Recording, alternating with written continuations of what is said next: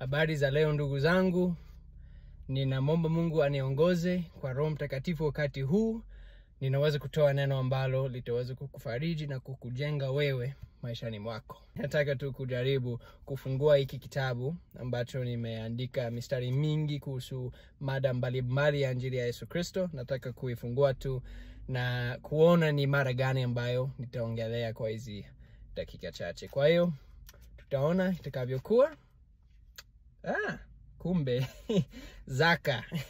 Unaweza kuona hapo nimeandika tithing kwa Kiingereza. Nitasema tu kwanza, katika kanisa langu, kanisa la Yesu Kristo la Watakatifu wa Siku za Mwisho, tunatoa sehemu ya 10 kama zaka. Kwa hiyo sehemu ya 10 tunaitoa, ni sehemu ya 10 ya kipato chetu ambacho tunapata kutokana na kazi zetu.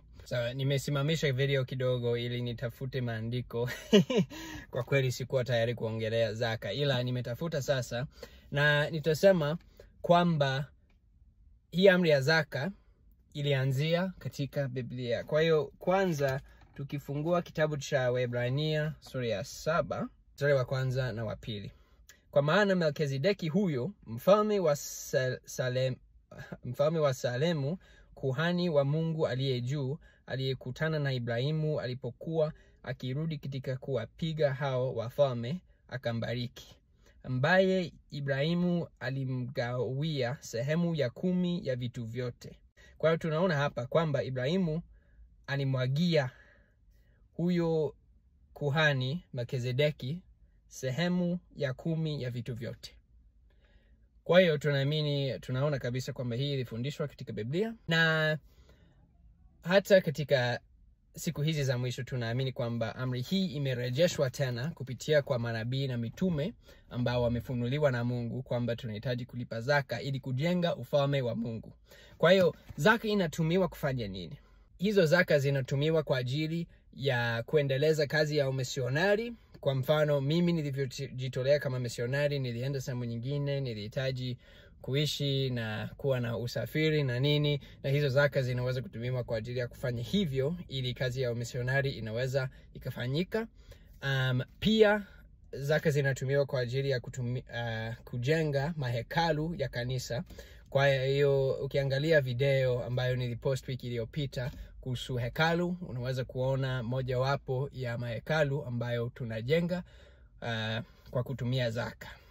Kwa hiyo ni kitu kikubwa na ninaamini ni muhimu, na kwa kumaliza nitasoma mistari katika kitabu cha Malaki sura yake ya 3 kuanzia mstari wa 8 mpaka mstari wa 10. Na mistari hii ninaipenda sana na nitaeleza zaidi. Je, mwanadamu atamwibia Mungu? Lakini nyinyi mnaniibia mimi. Lakini nyinyi mwasema, tumekuibia kwa namna gani? Mmeniibia zaka na dhabihu. Nyinyi mmelaaniwa kwa laana, maana mnaniibia mimi na taifa hili lote. Leteni zaka kamili ghalani, ili kiwemo chakula katika nyumba yangu. Mkanijaribu kwa njia hiyo, asema Bwana wa majeshi, mjue kama sitawafungulia madirisha ya mbinguni na kuwamwagieni baraka, hata isiwepo nafasi ya kutosha au la. Hapo ninapenda sana. Bwana anatuambia kwamba atatufungulia madirisha ya mbinguni, atatupatia baraka.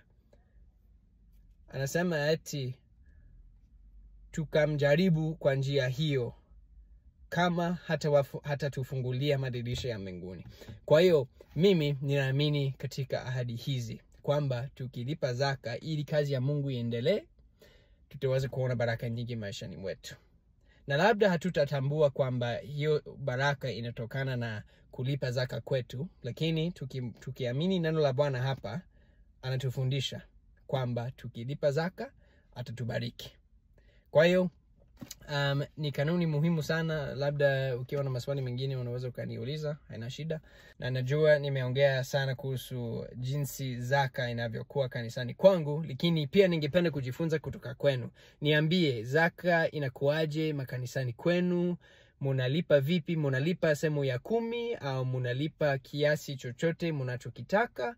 Na pia hizo zaka zinatumiwa kwa ajili ya kufanya nini? Ningependa tu kujifunza kutoka kwenu inakuaje, na nitafurahi kujifunza hayo kutoka kwenu.